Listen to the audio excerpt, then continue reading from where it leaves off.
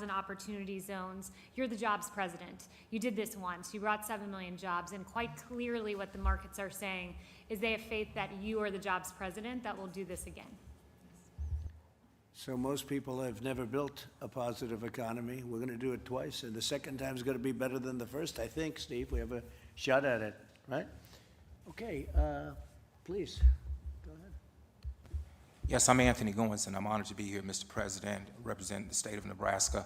We were really focused on three things in terms of making sure that our economy stayed on track. And first, it was stabilization. So the PPP, the EIDL loan, gave us the liquidity injection that we needed to help us out. Debt servicing, our community banks work very closely with the small businesses to defer payments.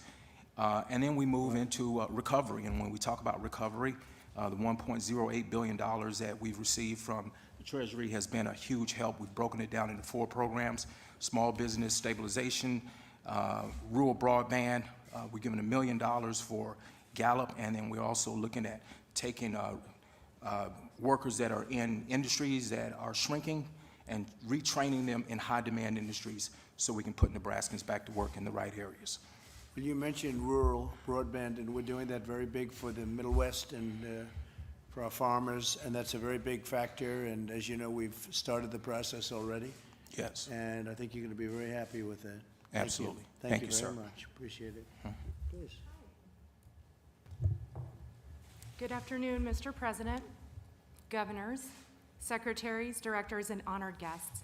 My name is Melissa Hegarty, and I'm proud and honored to be the invited guest of Governor Ricketts from the great state of Nebraska. I am a wife and mother to 2 young daughters, ages 9 and 11, as well as the co-owner of 4 bakeries in Nebraska and Iowa. We've been in business for 10 years and have approximately 92 employees.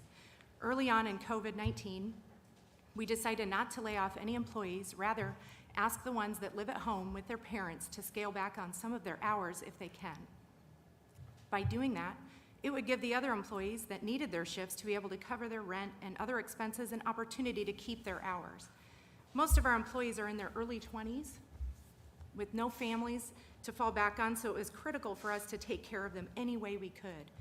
It was an important decision for the federal government to allow each state's governor to decide how to formulate their own plan of how to close and in turn reopen their state. Fortunately, my businesses in both Nebraska and Iowa were able to continue to serve our guests inside the bakery while practicing social distancing, sanitizing between guests, all while everyone wears a mask.